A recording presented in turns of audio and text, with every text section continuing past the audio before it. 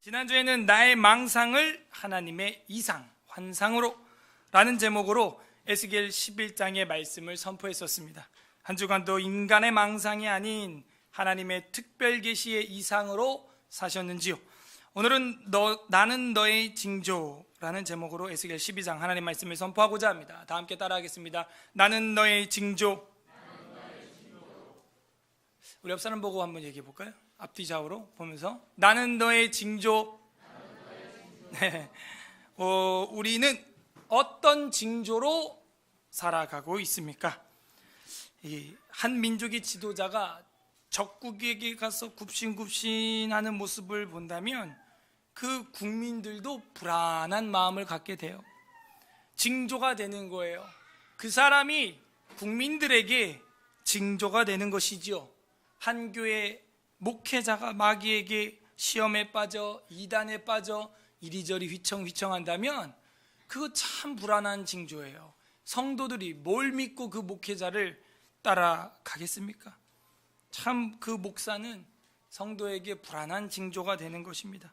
한 가장이 흔들리면 우리 가정은 흔들릴 수밖에 없어요. 아내와 아이들이 그 흔들리는 아버지를 보면서 불안한 징조를 느끼기 때문입니다. 그래서 대표가 하는 행동은 백성들에게 중요한 징조, 사인. 저기 밖에 누가 아기가 오는데 혹시 누가 애 놓고 온 거 아니죠? 네, 사인, 징조가 됩니다. 오늘 본문에 나오는 에스겔의 직업은 잘 아시는 대로 뭐예요? 제사장입니다. 제사장은 제사를 이끄는 대표고 사람들 앞에 딱 보여요. 수많은 성도들 앞에서 제사장 업무를 대표로 이끌어 갑니다. 그런데 오늘 그 에스겔이 유다 민족을 향한 대표적인 징조를 하나 보여주는데, 짐을 어깨에 메고 벽을 망치로 부시고 그 안에 왔다 갔다 하면서 마치 탈출하는 듯한 느낌, 도망가고 이사하는 듯한 느낌, 그런 그림을 보여주는데 대표되는 제사장이 유다 민족의 징조를 보여주는 것이었던 겁니다. 그의 이사하는 행동은 유다 지파의 유다 민족의 최후의 모습을 사인, 징조로 보여주는 것이죠. 부디 오늘 말씀을 통해서 나의 행동이 다음 세대에 다른 이들에게 좋은 징조로, 생명으로 인도하는 징조로 살아갈 수 있는 저랑 여러분이 되시기를 주님의 이름으로 간절히 소망합니다. 우리 12장 11장은 뭐였어요? 그 지난주에는 야사냐하고 블라디아가 자기들은 뭐래요? 자기들은 뭐래요? 고기. 감사합니다. 그리고 이 도시는 뭐래요? 가마. 아주 귀중한, 소중한 걸로 알았는데 알고 보니까 11장 7절에 누가 진짜 고기래요? 너네들한테 죽었던, 칼에 죽었던 시체, 그 사람들이 진짜 고기야. 정말 성도는 이렇게 힘들게 너네 손에 죽었어. 이 이야기를 하면서 너네는 그 가마에서 다 끌어나오리라. 끌어낸다는 거예요. 그리고 이제 뒷부분에서는 하나님께서 한 마음을 주는데 새 영, 새 마음, 돌 같은 마음, 부드러운 마음 그걸 주겠다 하면서 포로로 잡혀간, 끌려간 그 사람들, 고통 중에 있는 사람들은 고기로 하나님이 오히려 회복시켜주는 그런 이야기. 믿음의 평판이 좋았던 야사냐와 블라디아는 오히려 하나님 앞에 심판을 당하는, 그래서 불례하다가 죽었을 때 에스겔의 감정, 엄청난 충격 속에 휩싸이면서 엎드려서 뭐라고 13절에 11장 13절에 그랬어요? 부르짖어 이르되 오라 주님 여호와여, 이스라엘의 남은 자가 다 멸절되기까지 멸절하고자 하시나이까. 그 정도로 너무 큰 충격파를 받았다는 것입니다. 그래서 우리는 하나님의 이상, 하나님이 에스겔에게 보여주고 있는 이 환상, 이것을 따라가야 한다. 우리에겐 특별한 일은 계시, 성경이죠. 자, 그 연장선에서 12장에 또라고 시작하는 거예요. 또 여호와의 말씀이 내게 임하여 이르시되, 그 많은 환상들 이제 다 끝나고 케루빔 환상도 이제 11장 말미에서 완벽히 끝나고 이제는 다시 무엇이 임하는 거예요? 말씀. 그래서 하나님은 결국에는요, 말을 안 듣고 너무 지도가 안 될 때는 아주 임팩트 있는 비전, 환상, 아주 소용돌이 속으로 보여주시기도 하시지만 결국에는 하나님이 말하고자 하는 건 뭐냐? 말씀으로 하고 싶다. 말씀. 그래서 이렇게 말씀을 우리가 듣는 것이요, 태초에 하나님의 창조 역할, 창조 사역이고 시내산 위에서 모세가 엎드려서 경의 힘으로 듣는 것만큼 여러분이 이 시간 그렇게 들어야 되는 거예요. 사실은 졸거나 이럴 수가 없어요. 우레와 빽빽한 구름과 지진과 하나님의 그 영광이 지금 이 강단 위에 임했다 한다면 얼마나 우리가 두렵게 한 단어 듣겠냐 이거예요. 그래서 여호와 하나님께서는 결국은 12장 1절에 다시 환상이 아니에요, 말씀으로 전환하시는 거예요.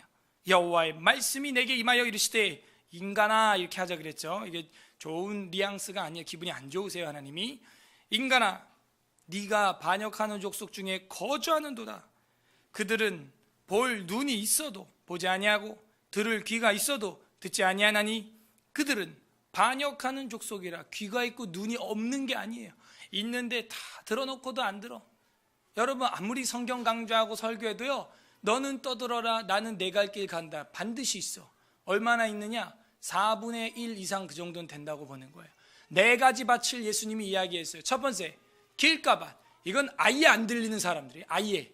두 번째는 가시밭, 말씀의 씨앗이 떨어진데 재리와 염려와 세상 근심 걱정으로 말씀을 적용 못하는 거예요.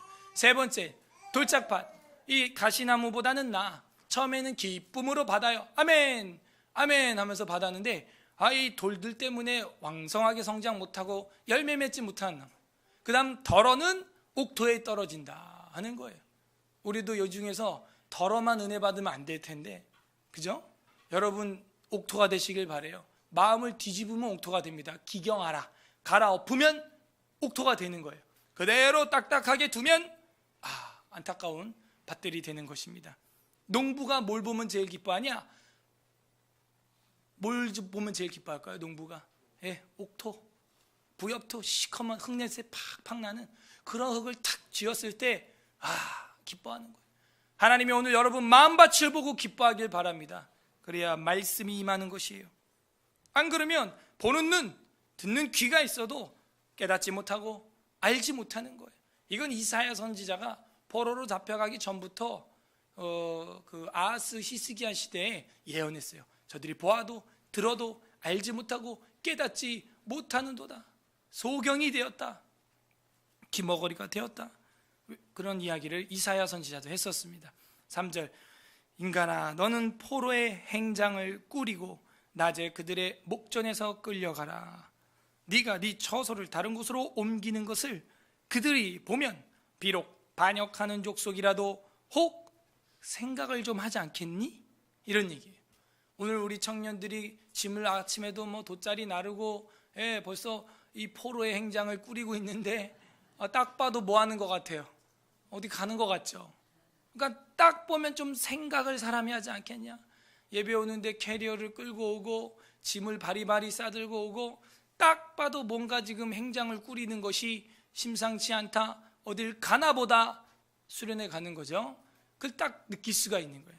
오늘 이 에스겔도 짐을 꾸리는데 우리 청년부랑 MT를 같이 가려고 하나? 그게 아니고 이 에스겔은 수련회가 아니라 포로로 잡혀가는, 끌려가는 그런 징조, 사인으로 대표격으로 보여주는 거예요. 징조로. 그래서 좀 그러면 백성들이 회개하지 않을까? 생각하지 않을까? 그런 기대심으로 에스겔 보고 짐을 옮기라는 거예요. 참 제사장이 할 일이 많아. 짐도 나를 줄 알아야 되고 머리도 밀어야 되고 할 게 많아요. 그래서 이제 짐을 나눠야 되는데 행장이라고 한 것은 꼭 무슨 큰 농짝 이런 걸 얘기하는 게 아니고 이동할 때 자기들이 챙기는 그 필요 수단, 그 무기랜다, 도구들, 그런 도구들을 그 행장이라고, 물품들을, 기구들을 말하는 거예요. 그렇게 생각이 있지 않을까라는 하나님의 기대심이 참 안타깝죠. 하나님도 이제는 큰 기대는 못 하시는 거예요. 혹 생각이 있으리라 이렇게 말하는 거예요. 혹 여러분도 여러분 눈앞에 펼쳐지는 어떤 사건, 사고, 또 목회자를 보시면서, 저는 성도를 보면서, 교회를 보면서 어떤 사건, 그런 것들을 긍정적인 것이든 부정적인 것이든 보면은 생각을 할 줄 알아야 돼요. 생각이 없으면요, 하나님이 이 일을 통해서 혹 이 말 안 듣는 족속이 생각을 하지 않을까 해서 보여주는 일인데, 생각 우리가 놓칠 수 있다는 거예요. 그러면 이제 최후의 통첩이 끝나는 겁니다. 4절, 너는 낮에 그들의 목전에서 내 포로의 행장을 밖에 내놓기를 끌려가는 포로의 행장같이 하고, 저물 때 너는 그들의 목전에서 밖으로 나가기를 포로되어 가는 자같이 하라. 그래서 그 이삿짐은 놀러 가거나 캠프 가는 것이 아니라 포로로 잡혀가는 그 죄수의 모양의 짐들을 준비해라 하고 명령하고 있습니다. 5절에 보게 되면은 너는 그들의 목전에서 성벽을 뚫고 그리로 따라 옮겨라. 성벽을 뚫고 밑줄을 치고요, 옆에다 열왕기하 25장 4절 그렇게 링크를, 관주를 달아두세요. 열왕기하 25장 4절 이게 뭐냐면은 시드기야 왕이 이 마지막 유다 민족의 왕인데, 결국에는 그 예루살렘 성벽을 부시고 헐고 뚫고 오는 자가 있는데, 그게 바빌론의 느부갓네살 왕입니다. 에스겔이 자기는 모르고 그냥 그 환상대로 시키는 명령대로 벽을 뚫었는데, 그 작은 행동 하나가 예루살렘 성벽이 뚫리고 무너지는 징조였다, 사건이었다 하는 것입니다. 그래서 실제로 성벽이 파괴되고 시드기야 왕이 짐을 싸고 도망가게 되고 나중엔 잡히는 그런 걸 사인으로, 징조로 지금 보여주고 있는 거예요. 6절, 캄캄할 때 그들의 목전에서 어깨에 메고 나가며 얼굴을 가리고, 캄캄할 때 이렇게 되어 있는데, 역시 그 열왕기하 25장 4절 5절을 계속 보게 되면 그 일이 언제 터지느냐, 밤에 터지는 거예요. 밤중에. 자, 한번 가보겠습니다. 두 가지나 벌써 나왔기 때문에 확인하고 싶은 욕구가 생기죠. 열왕기하 25장 4절 606페이지 606페이지 열왕기하 25장 4절 다 함께 읽겠습니다. 열왕기하 25장 4절 시작. 그 성벽이 파괴되며 모든 군사가 밤중에 두 성벽 사이 왕의 동산 견문 길로 도망하여 갈대아인들의 에워쌌으므로 그가 아라바 길로 가더니. 봐봐요, 4절에 그 성벽이 파괴되죠. 에스겔이 부셨는데 다 파괴되는 거예요. 그러니까 에스겔서는 미니어처, 그리고 실제는 예루살렘에 이루어지는 걸 우리는 1장부터 봐왔어요. 4장에서 벽돌을 보고 그림을 그리고 그걸 향하여 누워서 바라보는 게 예루살렘 성을 바라보는 거였죠. 머리털을 자르고 흩어버리고 태워버리고 칼로 치는 게 결국 예루살렘 민족을 때리는 거였죠. 작은 행동 하나였지만 큰 한 국가적 운명을 결정하는 행동이었어요. 그래서 이 성벽 파괴가 이게 왜 터졌냐? 초유의 사태예요. 예루살렘 성벽이 파괴된 적이 한 번도 없습니다. 단 한 번도. 그러니까 더 오만방자하는 거야. 여호와의 전, 여호와의 전, 여호와의 전이라 하나, 그 거짓말을 믿지 말라. 거짓말이에요, 거짓말. 우리도 서울 에스라구에 사바고일 이라는 거짓말을 믿지 말라. 여러분, 그게 중요한 게 아니고 진짜 내가 그 성경에 빠져서 살아가느냐, 그게 핵심이지. 껍데기가 중요한 게 아니고. 사바고일 10번 30번 하면 뭐예요? 사람이 안 됐다면 그건 되지 않고 선줄로 착각하는 거예요. 그래서 이 에스겔의 성벽 파괴, 그것이 실제로 이루어졌고, 캄캄한 중에라 그랬는데 여기 4절에 보니까 군사가 밤중에 두 성벽 사이 왕의 동산 견문길로 도망했다. 정확히 이 에스겔 12장 6절과 마주하고 있어요. 그래서 에스겔서는요, 대체로 유다 멸망에 관한 것을 예언해서 미래적 예언이 되는 거지, 그게 뭐 훗날에 어떤 그런 걸 다루고 있는 거는 솔직히 한 개, 두 개밖에 안 돼요. 그래서 우리가 에스겔을 볼 때에도 이 구약의 정황을 잘 보면서 그 안에서 어떻게 일들이 역사서와 이루어지고 있느냐. 에스겔은 역사서예요, 예언서예요? 예언서이기 때문에 역사서랑 어떻게 조화를 구약의 상관관계에서 이루고 있는가, 거기 집중을 우리가 해야 합니다. 자, 다시 에스겔서로 돌아와서 12장 6절. 캄캄할 때 그들의 목전에서 어깨에 메고 나가며, 어깨에 메라고 하는 걸로 봐, 그 행장이라고 하는 것이 배낭처럼 가볍게 그래도 가뿐하게 메고 나갈 수 있을 정도의 짐거리다라는 걸 우리가 예측할 수가 있습니다. 그 얼굴을 가리고 땅을 보지 말지어다. 이 땅을 안 보고 사람이 걸을 때 감정을 한번 생각해 봐요. 보통은 땅을 설렁설렁 보면서 가거든요. 사람들이 걸을 때 보면 땅을 보지도 않고 걸어간다는 것은요, 공포예요. 공포. 그냥 앞만 보고 막 가야 되는 거예요. 앞만 보고 앞뒤다 땅 못 봐, 그냥 앞만 보고 막 가야 되는 거예요. 마치 포로 끌려갈 때요, 뭐 구경 안 합니다. 관광하는 게 아니거든. 포로로 잡혀가는 사람은 막 앞만 보고 가는 거, 앞만 보고. 우리 어디 가나 이제 뭐 땅에 뭐 동전 떨어졌나, 이런 건 산책할 때나 뭐 하는 거고, 여유 있을 때나 하는 행동이에요. 그래서 땅을 보지 말지어다 이렇게 돼 있어요. 근데 여기도 마찬가지로 우리가 그 열왕기 하서와 연결을 시키면은요, 이 연결이 딱 정확히 됩니다. 열왕기 하서 아까 25장에 보게 되면 시드기야 마지막 왕이 어떻게 되냐, 눈이 빠져요. 25장 7절, 열왕기야 25장 7절 그렇게 쓰고 그 땅을 보지 말아라 하는 거를 딱 연결시키면요, 그 예언이 성취됩니다. 열왕기야 25장 7절에 보면 그들이 시드기야의 아들들을 그의 눈앞에서 죽이고, 자, 여기까지는 시드기야가 눈 뜨고 있습니다. 비참한 건 보게 하시고 시드기야의 두 눈을 빼고 놋사슬로 그를 결박하여 바벨론으로 끌고 갔다. 땅을 보고 싶어도 이제 보지 못합니다. 인간 눈치만 보던 이 시드기야는 이제 하나님의 가치를 볼 수가 없기 때문에 그 눈의 의미가 필요 없는 거예요. 제거당한 것이에요. 따라하세요. 눈치보다 가치를 위하여. 그래야 이 눈도 소중한 거예요. 눈이 딸렸는데 이 가치를 볼 줄 모르면, 사람의 눈치만 보고 있으면 하나님이 마음이 아프죠.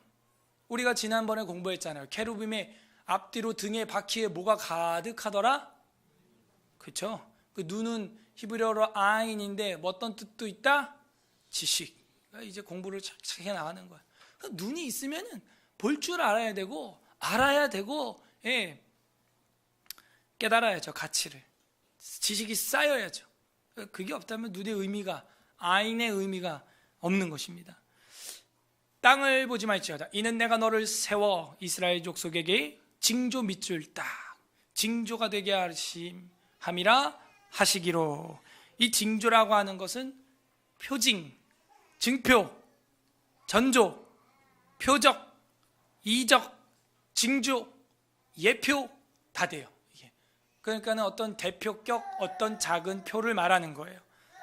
그래서 이제 사인이라고 하는 거 있죠. 사인, 영어로 표시, 체크, 사인, 체크.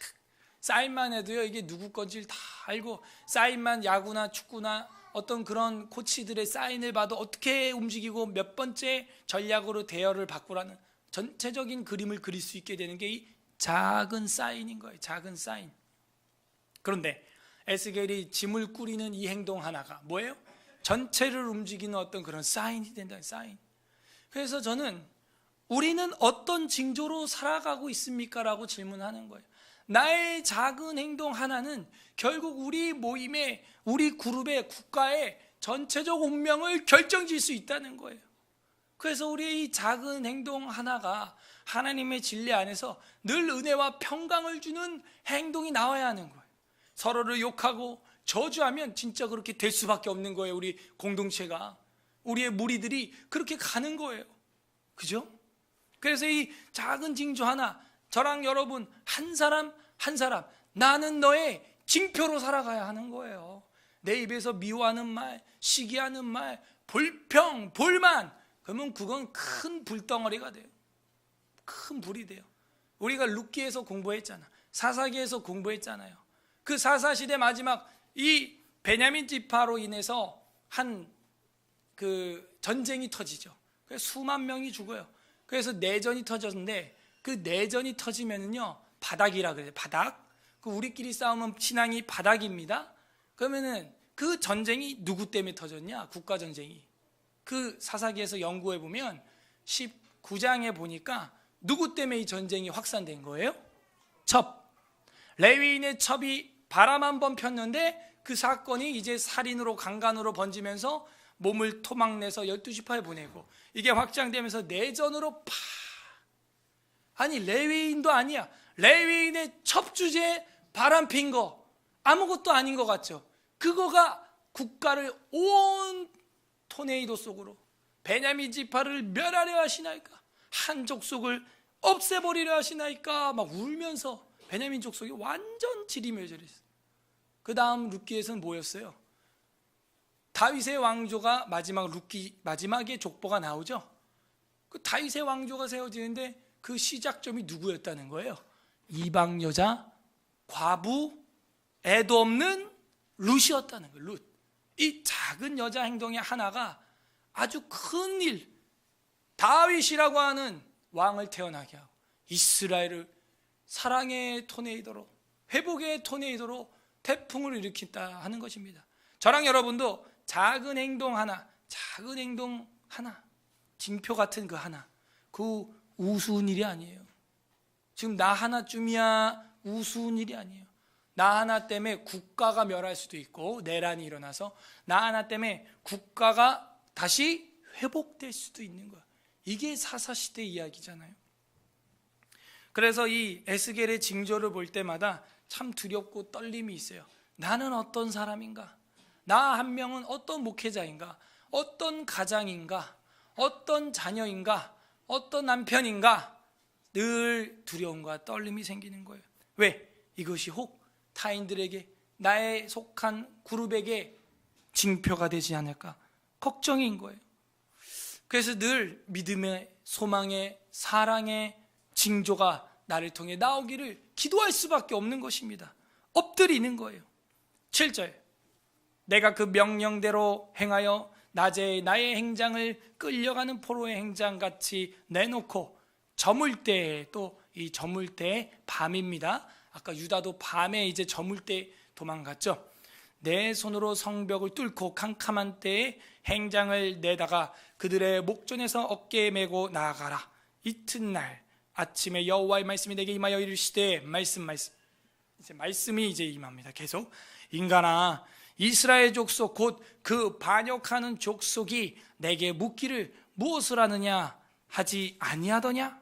그러니까 하나님은 기다리는 거야. 너 그 하는 행동 보고 너 뭐 하는 거야 에스겔? 하고 묻지 않아? 하고 물어보는 거예요. 10절, 너는 그들에게 말하기를 주 여호와의 말씀에 이것은 예루살렘 왕과 그 가운데 있는 이스라엘 족속에 대한 묵시라 하셨다 하고, 묵시 밑줄 딱 치고, 이 묵시라고 하는 것은 마사라고 하는 것인데 흔히 우리가 알고 있는 어떤 계시의 묵시, 그런 걸로 우리가 오해할 수 있는데 그런 뜻도 있기는 있습니다. 그러나 대체로 이 묵시, 마사로 쓴 이 단어는요, 그런 계시, 묵시, 예언의 어떤 그런 의미도 있습니다. 있지만 그게 첫 번째 의미는 아니고, 첫 번째 의미는 이 마사라고 하는 것은 무거운 짐, 그 다음에 운반하다, 곡물, 그런 다음에 예언 이런 뜻도 나오는 거예요. 무거운 짐, 이삿짐, 운반, 곡물들, 그런 발언들, 예언들, 이제 이렇게 되는 거예요. 그러니까 예언자들한테는 예언하고 말하는 게 늘 무거운 짐이었거든요. 근데 봐봐, 지금 제가 아는 주석이 맞아요. 왜냐하면 우리는 토타스크리투라, 전체적으로 흐름을 볼 때 지금 에스겔은 뭘 꾸리고 있어요? 짐을 꾸리고 있잖아. 그죠? 무거운 짐을 꾸리고 있고 행장을 꾸리고 있단 말이에요. 그러므로 이 10절을 묵시라고 하기보다는 무거운 짐이라고 하는 게 저는 더 맞다고 봅니다. 그래서 언어 플레이를 하고 있는 거예요, 지금 성경 안에서. 그죠? 그러니까 너 보고 짐을 꾸려라, 행장을 꾸려라 해놓고 너에게 무거운 짐이라. 이스라엘 온 족속에 대한 무거운 짐이다, 운반물이다, 이렇게 이야기를 하는 겁니다. 10절을 제가 다시 읽어볼게요. 너는 그들에게 말하기를 주 여호와의 말씀에 이것을 예루살렘 왕과 그 가운데 있는 이스라엘 온 족속에 대한 무거운 짐이라 하셨다 하고, 이것도 예언이 되죠. 예언이니까 물론 묵시도 되죠. 근데 지금 흐름상 재미있게 혹은 더 와닿게 이 예언자가 선포하려면 자기가 짐을 지고 그 다음에 너희들한테도 이게 무거운 짐이다, 너희들한테 이게 예표다, 너희들한테 징조다, 묵시다, 예시다 하고 탁 설교를 하는 거예요. 그러면 이미지가 콱 머리에 박히는 거예요. 이해하시고 계십니까? 11절 또 말하기를 나는 너의 징조, 밑줄 오늘 설교 제목이네요. 나는 너의 징조다. 나는 너의 징조라. 내가 행한 대로 그들도 포로로 사로잡혀 가리라. 이렇게 말하라고 여호와의 말씀이 임했다는 거예요. 깜짝 놀랐어요, 에스겔이. 아니 이런 내용이었어 결국엔? 그러니까 자기가 한 행동 하나가 국가의 운명을 결정하는 어떤 큰 사인이었다는 겁니다. 작지만 큰 사인이었다는 거예요. 12절 무리가 성벽을 뚫고 행장을 그리로 가지고 나가고 그 중에 왕은 어두울 때, 이거 뭐 우리 공부 다 했습니다. 밤에 어깨에 행장을 메고 나아가며 눈으로 땅을 보지 아니하려고 자기 얼굴을 가리라 하라. 내가 또 내 그물을 그의 위에 치고 내 올무에 걸리게 하여 그를 끌고 갈대아 땅 바벨론에 이르리니 그가 거기에서 죽으려니와 그 땅도 보지 못하리라. 예루살렘 땅도 못 보고 잡혀가고 바벨론 땅도 볼 시간도 없어요. 그렇게 긴박하게 잡혀가고 이 땅도 저 땅도 못 봐. 이거 뭘 보여줘요? 믿음이 없는 사람은 이 땅 지구에 지금 살아가면서도 이 땅을 못 보고 저 세상에 가서도 하나님의 땅 밟을 수 없어요. 적과 꿀이 흐르는 땅에서도 그 땅 못 누려요. 아간처럼 되는 거예요. 그래서 그 땅 바벨론 땅도 보지 못하게 하는 하나님의 예표가 나왔어요. 14절 내가 그 호위하는 자와 부대들을 다 사방으로 흩고 또 그 뒤를 따라 칼을 빼리라. 다시 열왕기하 25장. 이게 너무 멀리 떨어져 있어요. 사실 에스겔서 열왕기하 25장에 책갈피를 껴놔요. 계속 보니까요. 우리가 지금 방금 읽은 그 본문이 그대로 이루어져요. 14절에 그 아까 뭐 호위하는 자가 부대들을 사방으로 다 흩어버리고 뒤를 따라가면서 칼이 나온다 그랬는데 열왕기하 25장 5절 보세요. 5절 읽어보세요. 시작. 갈대아 군대가 그 왕을 뒤쫓아가서 여리고 평지에서 그를 따라잡음에 왕의 모든 군대가 그를 떠나 흩어진지라. 그죠? 군대가 다 흩어지고 그 6절 봐요. 그들이 왕을 사로잡아 그를 림나에 있는 바벨론 왕에게로 끌고 가매 그들이 그를 심문하니라. 바벨론 왕이 뒤로 잡아버렸어요. 다시 에스겔서로 돌아와서 12장 14절이 그 얘기예요. 내가 그 호위하는 자와 부대들을 다 사방으로 흩고 또 그 뒤를 따라 칼을 빼리라. 여러분 에스겔은 48장까지 있습니다. 전체를 한마디로 한 문장으로 요약하면 뭐 하시고 뭐 하신 하나님? 뭐 하시고 뭐 하시는 하나님? 여기 나와있죠. 14절에 뭐 하셔요? 흩고 그 다음 뭐 하세요? 모으시는 하나님. 따라하세요. 흩으시고 모으시는 하나님. 그 에스겔 요약판이에요. 그게 꼭 그거를 안경을 끼고 에스겔서를 보셔야 됩니다. 15절 내가 그들을 이방인 가운데로 흩으며 계속 나오잖아요. 흩어. 그 옛날에 5장에서도 머리털을 흩어버려. 흩으며 여러 나라 가운데에 해친 후에야 내가 여호와인 줄을 그들이 알리라. 이제 징계가 꽂히는 거예요. 첫 번째 징계가 뭐예요? 흩어버리고 해쳐버리고. 그래야 이제 너네들이 나를 알 거야. 내가 누군지. 그 하나님의 이 징계 지금 첫 번째 이유입니다. 16절 그러나 내가 그 중에 몇 사람을 남겨 그래도 남은 자를 베푸시는구나. 참 그래도 성경을 보려고 하는 사람들 뭐 한 40-50명이라도 있으니까 감사한 생각이 들어요. 저도 들으려고 하는 사람이 그래도 한 명은 넘는구나. 그래서 여기도 몇 사람을 남겨 칼과 기근과 전염병에서 벗어나게 하여 그들이 이르기를 이방인 가운데에서 자기의 모든 가증한 일을 자백하게 하리니. 그 이마에 인을 치는 거예요, 이런 사람들은. 그죠? 자백하고 우리 죄가 이런데 우리가 이러면 안 되는데, 그런 사람들 그 몇 명 남겨둔다는 거예요. 괜찮고 착한 사람들. 그런 사람들은 우리가 9장에서 이마에 인을 쳤었죠. 하리니 내가 여호와인 줄 알리라. 그래서 이 징계를 통해서 두 번째는 뭐냐면, 흩어버리는 것도 있지만 택자들을 그때 딱 고르는. 여러분, 추수하는 날은요 가라지만 나오는 게 아니에요. 알곡도 탁탁탁탁 나오는 날이에요. 그래서 하나님의 심판의 바람이 임하면 가라지 속이 빈 쌀 껍데기는 후 하고 다 날아가고, 속에 알알이 차 있는 사람들은요 알곡은 안 날아가. 그래서 키질을 하나, 키질 샥샥. 그 키질 하는데 그 키가 우리가 저쪽으로 밀었다 당겨오는 것도 아니고 바로 위에서 찰랑찰랑 하는데도 그 작은 바람에도 가라지는 그 앞에 마당에 삭삭삭 소복소복 쌓이잖아요. 알곡은 안으로 무거워서 더 안으로, 키 안으로 들어오고. 그래서 하나님께서 지금 그 얘기를 한 거예요. 하나님의 진노가 임할 때, 이 행장하는 그 일이 실제로 터질 때 흩어버리는 것만 있는 게 아니라 그 중에 또한 자비를, 진노 중에도 자비를 베푸셔서 알곡들을 모으시는구나. 그 징계하는데 두 번째 또 하나님의 목표예요. 목적이에요. 그다음 세 번째도 이제 나오는데 17절 여호와의 말씀이 또 내게 임하여 이르시되 인간아 너는 떨면서 내 음식을 먹고 놀라고 근심하면서 내 물을 마셔라. 소화가 되겠어요? 전쟁이에요, 전쟁. 두려움과 떨림으로 물과 음식을 먹어요. 이 땅의 백성에게 말하되 주 여호와께서 예루살렘 주민과 이스라엘 땅에 대하여 이르기를 그들이 근심하면서 그 음식을 먹으며 놀라면서 그 물을 마실 것은 이 땅 주민 모든 주민의 포악으로 말미암아 땅에 가득한 것이 황폐하게 됨이라. 포악함이 있었기 때문에 이렇게 망한다는 건데, 20절 사람이 거주하는 성읍들이 황폐하며 땅이 적막하리니 내가 여호와인 줄 알리라. 그래서 이 징계의 목적은 이제 그 포악을 없애고 징계하여 황폐하게 만들어서 원점으로, 원래 없었던 그 태초의 땅으로, 흙으로, 묻으로 만들어버리겠다 하는 것입니다. 땅이라고 하는 것이 그 묻이에요. 무, 처음에 태초에 나온 그 땅으로 만들어버리는 거예요. 그러면 너희가 내가 여호와인 줄 알 거예요. 세 가지였죠. 흩어버린다. 그 다음 가운데는 남은 자, 회개하고 자백하는 자들은 하나님이 긍휼히 베푸신다. 그 다음에 다시 또 황폐하게 한다. 그래서 그 사이에는 택자들이 가운데 있고 위아래로는 심판의 의지가 지금 이 세 가지가 샌드위치처럼 이렇게 기술되고 있음을 볼 수가 있습니다.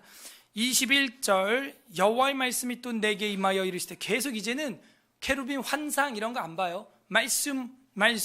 말씀으로 가는 거예요. 이게 성숙한 예언자의 모습입니다. 22절 인간아 이스라엘 땅에서 이르기를 날이 더디고 모든 묵시가 사라지리라 하는 너희의 이 속담이 어찌 됨이냐. 뭐라고요? 날이 더디다. 이게 무슨 얘기냐면, 이렇게 예언이 안 이루어져, 왜 이렇게 느려 예언이, 이런 사람들 있죠. 예수님 안 오네, 지금도 더뎌, 왜 이렇게, 왜 말씀이 안 이루어져? 핵심은 이거예요.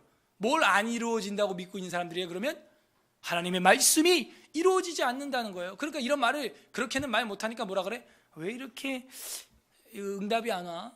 왜 이렇게 느려 하나님이? 이게 반대로 직역하면 뭐예요? 나 말씀이 안 믿어져 지금. 말씀 맞는 거야 이거?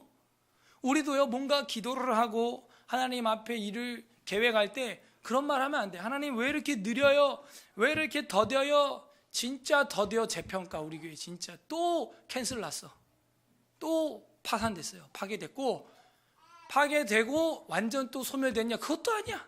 그 은행에서 저번에 분명 저한테 마지막이라 그랬잖아요.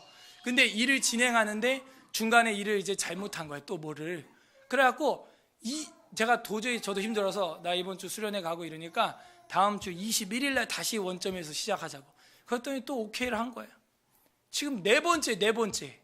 야 진짜 될 듯 말 듯 또 안 되고 또 안 될 때 우리가 하나님 why 이리 더디요? 이런 말을 하면은 믿음이 없는 거야. 야 하나님 없나 뭔가 지금은 없는 것 같은데, 이런 뉘앙스로 번역이 될 수 있어요. 그 문장이. 그런 말 하면 안 돼요. 기다려라. 모르겠다. 가부가 어떻게 날지도 모르겠지만 하나님이 인도하시기를. 여러분 개인 가정과 개인의 시험과 사업과 직장과 결혼과 자녀와 그런 문제에 있어서도요, 뭐 이리 더디어 날이 이거, 이런 말 하면 안 돼. 하나님 죽었습니까? 더디면 하나님 뜻이 또 다른 데 있나 보죠 뭐. 그래야 여러분 정신 건강에도 좋답니다. 예, 그죠? 그래서 날이 더디고 모든 묵시가 사라지리라. 요 묵시는 아까 위에 10절의 그 묵시가 아니에요. 완전히 다른 히브리어 하존이라는 거예요. 아까 위에는 마사였잖아. 근데 한글 성경은 둘 다 묵시야. 물론 둘 다 그런 뜻이 있긴 있어요.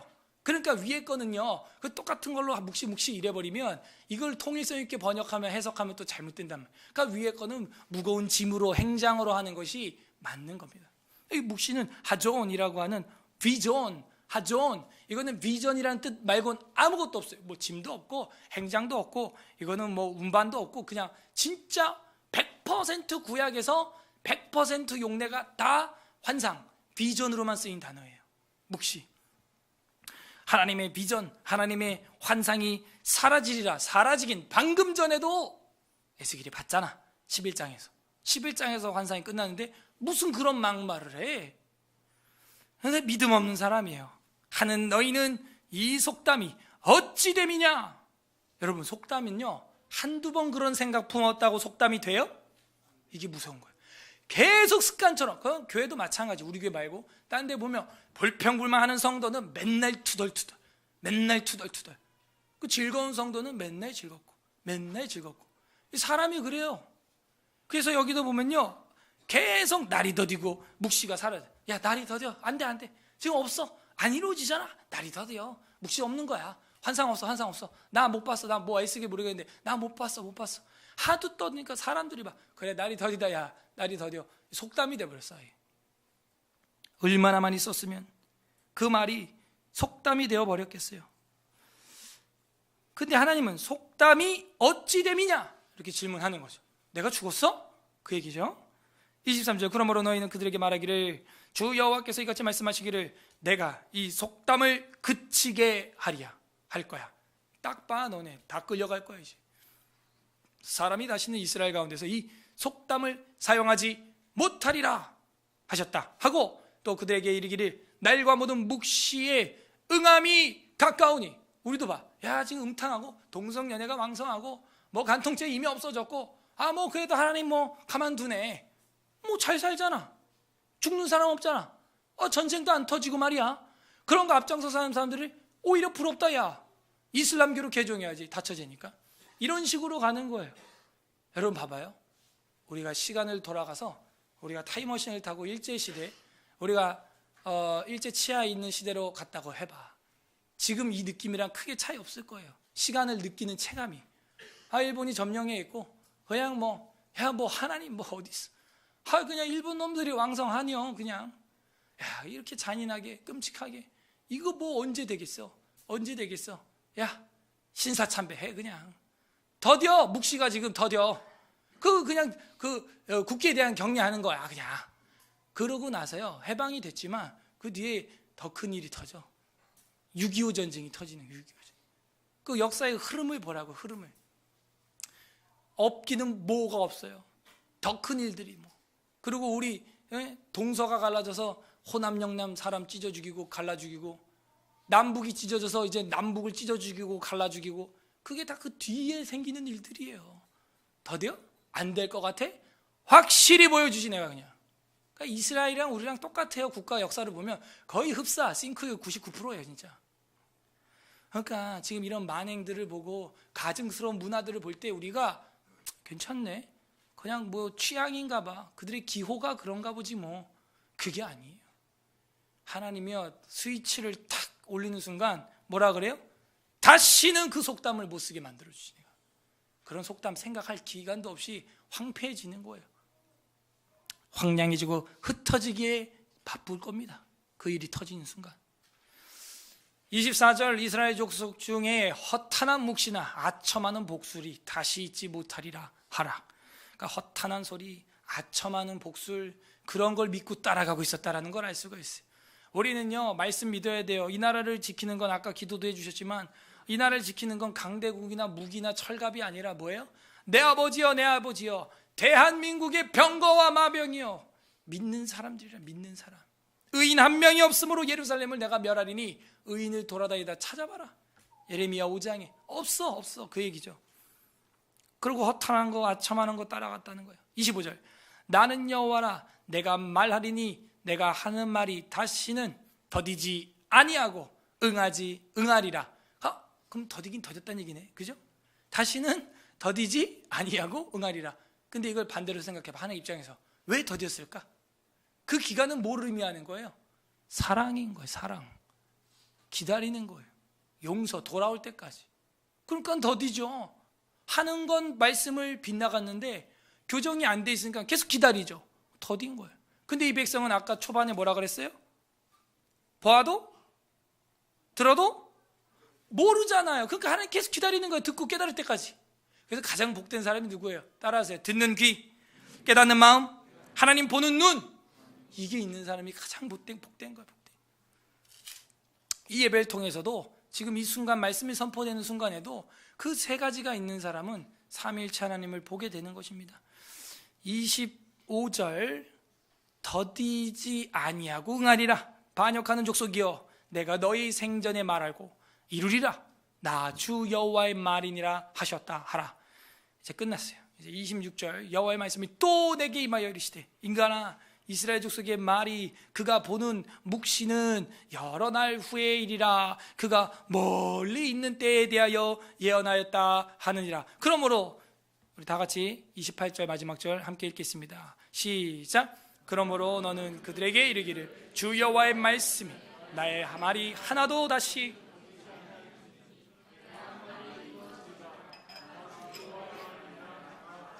더딜 때 감사하세요. 더딜 때 감사해야 돼. 우리가 시간 빨리 돌려서 하나님 앞에 좋을 게 없어요. 지금 딱 와서 심판하면 우리 영적 상태가 지금 경건 상태가 최고입니까? 지금 최악 아니에요? 그러니까 지금 빨리 돌려주세요. 그거 쉬운 거야. 더딜 때 감사하시고 없는 듯 숨어 계실 때 감사하시고 좀 찾아봐요. 찾아봐. 엄마 아빠를 찾는 어린아이처럼 찾아보라고요. 자다 깬 아이가 엄마하고 먼저 우는 것처럼 이제 좀 찾아보시라고요. 하나님을. 숨어 계시는 하나님이라 그러잖아요. 더디지 아니할지라. 그러니까 하나님이 더디지 않으면요 우리한테는 재판날이 되는 거예요. 예. 짐으로 옮겨야 되고 이 지구에서 이제 짐 싸야 돼요. 이게 뭘 보여주고 있어요? 12장에서 존 칼빈도 그런 이야기를 해요. 결국 우리 인간이 이 땅에서 짐을 다 싸야 된다. 하나님이 부르시고 하나님이 시간을 빨리 움직이시면 결국 무슨 얘기예요? 빨리 짐 싸서 빨리 오라, 그 얘기밖에 안 되는 거예요. 그러니까 더딜 때 감사하고 내 삶을 돌아보고 점검하고 빨리 신앙의 증진과 강화를 시켜서 주님의 얼굴 배울 때 주님의 영광에 이르도록 온전한 데까지 나아도록 이 말씀은 우리에게 유익하여 하나님의 사람으로 온전하게 하고 모든 선한 일을 행할 온전케 하는 것을 내가 믿는다 했던 그 고백처럼 온전한 데까지 나아갈 수 있도록 오히려 시간을 늦춰달라고 간구해야 되는, 믿지 않는 지인과 가족들이 아직 구원 안 받는데 오히려 시간을 늦춰달라고 간구하고 경건한 백성들을 계속 늘려놔서 아까 안타까워하고 자백하고 회개하는 그런 사람들 계속 늘려놔서 이 구원의 역사를 더 지속될 수 있도록 그런 역할을, 영광스러운 직분을 저랑 여러분이 감당해야 되는 거예요. 더디지 않는다고 하나님 앞에 말했다가는 그게 정말 더디지 않아지면 큰일 나는 거라는 거죠. 저랑 여러분은 타인에게 징조가 될 수 있는 거예요. 그래서 우리가 전도를 하고 복음을 전하고 사랑을 하면 아직 이 국가에는, 이 그룹, 내가 속한 그룹에는 아직도 거듭나고 하나님의 사랑을 받을 사람이 많다는 거예요. 서로 미워하고 이제 전도도 안 하고 막대하고 험담하고 불평하고 불신하고 하면 끝났다는 얘기예요. 이 국가도 이제. 그러니까 저랑 여러분 마음을 지금 거울로 탁, 말씀의 거울로 비춰봐요. 끝났어요? 그럼 끝났어요. 아직 불꽃이 남아있어요? 그럼 살 소망이 있는 겁니다. 무서운 예언이에요. 나는 너의 징조라. 여러분은 이 국가의 징조이십니다. 본문 정리를 하겠습니다. 에스겔은 이제 환상이 그쳤고 하나님의 말씀에 집중하게 되었습니다. 하지만 백성들은 귀와 눈이 있었지만 보고도 듣고도 깨닫지 못했어요. 그래서 이제는 더 사람들 눈에 잘 띄게 벽을 부셔버리고 행장을 메고 왔다 갔다 하되 입을 가리고 얼굴을 가리고 사람들로 하여금 궁금증을 유발시켰어요. 그래서 사람들에게 이르기를 내가 이렇게 한 것처럼 너희들도 다 이제 날이 저물 때, 어두워질 때, 캄캄할 때 다 약탈당하는 징조가 될 것이다 하는 것을 에스겔은 선포하였습니다. 그리고 그 목적은 흩을 자들을 흩어버리고 회개하고 울고 있는 자들은 구원하며, 그리고 그 땅을 마침내 황폐하게 만들어서 태초의 땅처럼 흙으로 황폐하게 만들어버린다고 했습니다. 그럴 때 우리의 반응은 하나님 말씀이 더디다라고 불평할 것이 아니라, 하나님 앞에 더디다고 하나님의 묵시가 사라졌다고 말하여 속담을 만들 게 아니라 겸허한 마음으로 하나님의 말씀이 우리 삶에 이루어지는 것을 기다리면서 내 영혼을 정결하게 정비하는 것, 그것이 에스겔 12장에서 보여주며 너는 그들의 징조다 하는 거예요. 징조. 관련 구절 사도행전 21장 11절 보겠습니다. 신약성경 사도행전 21장 11절. 사도행전 21장 11절. 신약시대에도 그런 징표 예언을 하는 사람이 있는데요, 21장 11절 225페이지 신약 225 사도행전 21장 11절 다 함께 한 목소리로 읽겠습니다. 시작. 우리에게 와서 바울의 띠를 가져다가 자기 수족을 잡아매고 말하기를, 성령이 말씀하시되 예루살렘에서 유대인들이 이같이 이제 이방인의 손에 넘겨주리라 하거든. 그래서 이 아가보라고 하는 이 빌립 집사님의 자녀인데, 그 바울의 띠를 자기 손에 묶으면서 당신이 이제 예루살렘에 끌려가면 이렇게 잡혀가고 끌려가게 될 것입니다 라고 이 징표를 이제 보여주는 거예요. 그렇게 보여줬음에도 바울은 자기에게는 부정적인 징표지만 하나님의 복음 전파를 위해서는 아끼지 않는 거예요. 마치 에스겔이 부정적인 징표였지만 하나님의 말씀이 더 우선되는 것처럼, 바울도 부정적인 징표이지만 하나님의 말씀이 우선돼서 목숨까지도 바치고 결국에는 순교의 자리까지 나가게 된다는 것입니다. 그러면 그 징표는 뭐예요? 결국에는 많은 믿는 사람들을 하나님께로 또 인도하는 그런 징표가 되는 거예요. 바울은 많은 민족의 징표가 된 것이었습니다. 이건 예수님께서 요한복음에 말씀하셨어요. 한 알의 씨앗이 땅에 떨어져 깨져져 죽으면 열매를 많이 맺는다 한 거예요. 많이 맺는다. 그 다음에 우리 마태복음 16장 18절 마태복음 16장 18절을 좀 보겠는데요, 왜 보냐 하면은 여기는 예수님께서 우리가 어떤 징조가 되기를 바라는가 하는 주님의 마음을 읽고 싶어서 제가 골랐습니다. 마태복음 16장 18절 19절 2절 우리 한 목소리로 읽겠습니다. 마태복음 16장 18, 19 시작. 또 내가 네게 이르노니 너는 베드로라. 내가 이 반석 위에 내 교회를 세우리니 음부의 권세가 이기지 못하리라. 내가 천국 열쇠를 내게 주리니 네가 땅에서 무엇이든지 매면 하늘에서도 매일 것이요 네가 땅에서 무엇이든지 풀면 하늘에서도. 네, 예수님께서 이제는 뭐라 그래요? 누구 교회? 내 교회를 이 반석 위에 세우르니 지옥의 권세가 이기지 못한다는 거예요. 그게 저랑 여러분이 지금 예배드리고 있는 이 교회도 해당되는 줄로 저는 믿습니다. 이 교회는 제 것도 여러분 것도 아니에요. 누구 거예요? 성경에 보니까 내 교회, 이거 예수님 거예요. 내 교회를 세운 19절에 뭐라 그랬어요? 그래서 우리한테 뭘 줬어요? 이 교회 키를 준 게 아니라 천국 열쇠를 줬어요. 천국 키를 너한테 주는데, 처음에 뭐라 그래요? 내가 땅에서 무엇이든지 풀면이라고 돼 있어요? 매면이라고 돼 있어요? 매여 있어요. 일단은 매여 있어. 그러니까 매여 있는 채로 지금 다 세상은 돌아가고 있습니다. 그대로 두면 매일 것이요 네가 땅에서 무엇이든지 풀면 천국에서도 풀린다는 거예요. 그러니까 이 땅에서 우리가 지금 사명이 뭐냐면 일단 다 매여 있다는 걸 우리가 인식을 해야 됩니다. 그래서 매여 있기 때문에 이 사람들 우리가 풀어줘야 돼요. 풀려 있다는 얘기가 아니에요. 지금 다 매여 있어요. 매여 있어. 매여 있는 게 1차 상태예요. 1차 상태. 그래서 우리가 이 땅에서 살기를, 하나님이 어떻게 살기를 바랄까요? 네, 우리가 이 사람들을 이제 풀어주는 거예요. 풀어줬어요? 복음을 전했어요? 성경 진리로 이제 양육했습니까? 그러면 그게 여러분 이 국가의 징표가 되는 거예요. 아직 구원받을 사람들이 있다는 거예요. 아직도 매어놨어요? 전혀 복음 안 전해요? 교회를 1년, 2년, 3년, 4년, 5년 다녀도 한 명도 전도 안 해요? 그대로 매어놔요? 이 국가와 교회는 앞으로 매어져서 끝날 거예요. 소망이 없어요. 저랑 여러분은 하나님의 징표예요. 징조예요. 그래서 이 마태복음의 주님의 말씀, 지금 매여 있다. 그대로 두면 매여 있는 거야. 너네가 풀면 풀리는 거야. 신약으로 볼 때는 이 웨스트민스터 신앙고백서 7장 하나님의 언약을 보게 되면 5항, 이 언약은 율법 시대와 복음 시대에 각기 다르게 집행되었다.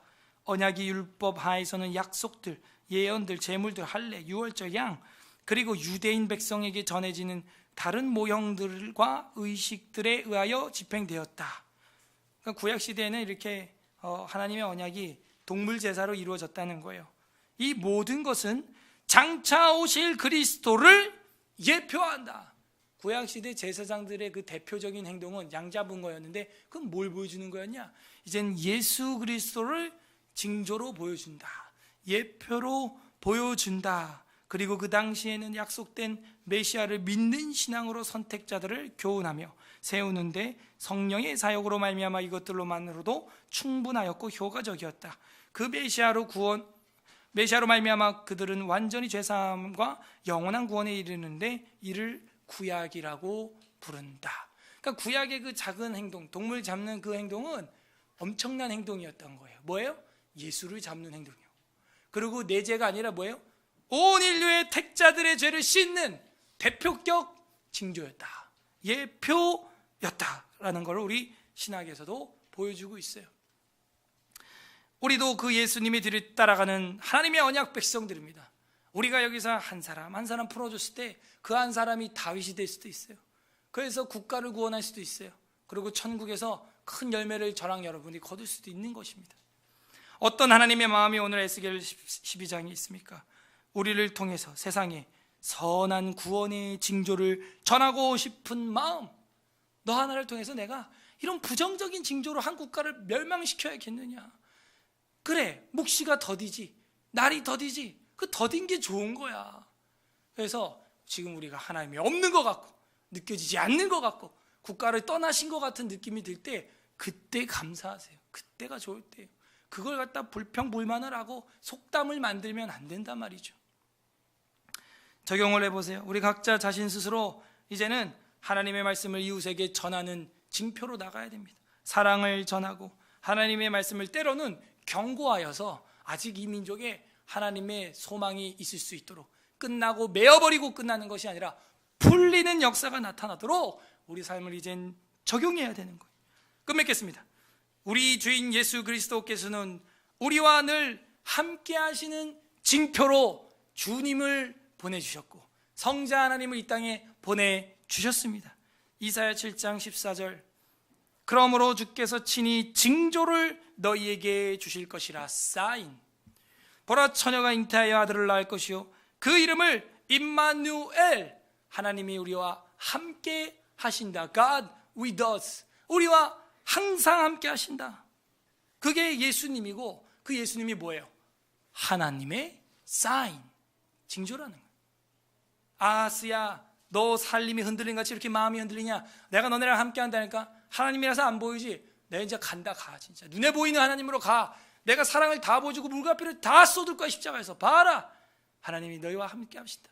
이걸 마태복음 1장 23절에서 그러죠. 그죠? 처녀가 잉태하여 아들을 낳을 건데 임마누엘이라 이는 하나님이 우리와 함께 하신다 함이라. 마태가 깨달았어요. 그걸 마태가. 예수란 뜻은 뭐예요? 그가 자기 백성을 저희 죄에서 구원할 자라. 구원. 그래가지고 결국엔요 마지막 장에 가면 마태복음 28장 봐봐요. 한번 마태복음 28장 마지막 절. 공부한 분들은 제가 지금 뭘 말하고 하는 건지 다 알 겁니다. 28장 19, 20절. 우리 20절 읽겠습니다. 28장 20절 마태복음 시작. 내가 너에게 분부한 모든 것을 가르쳐 지키게 하라. 볼지어다 내가 세상 끝날까지 너희와 항상 함께 있으리라 하시니라. 모든 걸 가르치라는 거예요. 날이 더디다 그래. 더딜 때 많이 가르쳐 여유 있게. 그리고 지킬 수 있을 정도로.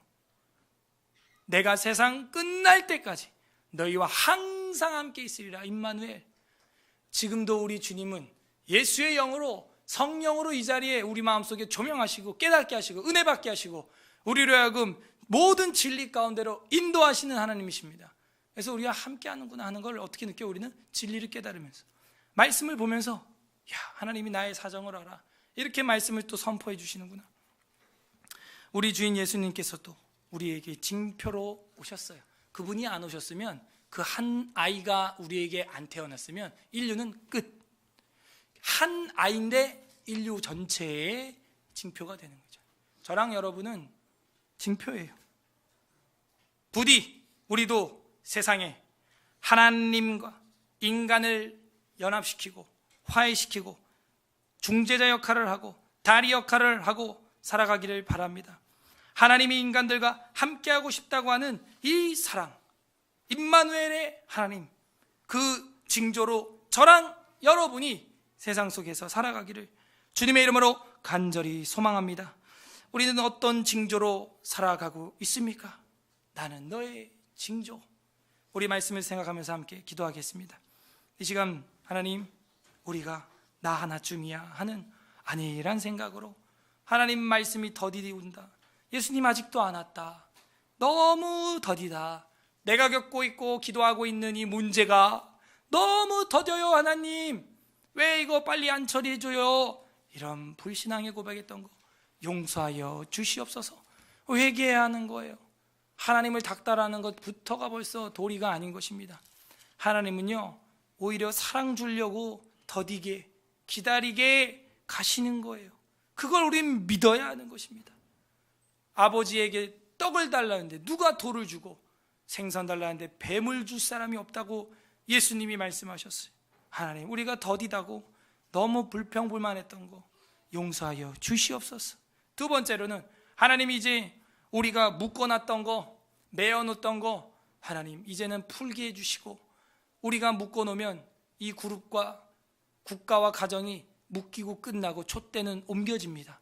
하나님, 우리가 살아서 정말 매어있는 사람들 풀어주고 죽어가는 자에게 영생을 전하고 사랑을 전함으로 아직 이 민족에 소망이 있다고 나를 통하여 징조로 나타내 주시옵소서. 두 번째는 그렇게 기도했으면 좋겠고, 세 번째로는 다른 거 없습니다. 오늘 여기 택자의 자세처럼 하나님 앞에서 자백하고 울며 모든 가증한 일로 말미암아 애통하고 미간에 표한 사람처럼 애통할 수 있는 그런 사랑의 마음을 달라고. 세 번째는 우리 다 함께 말씀을 생각하면서 기도하겠습니다. 하나님 아버지, 감사드립니다. 주님 앞에 불평불만했던 것, 하나님 앞에 묵시가 더디다고 응답이 느리다고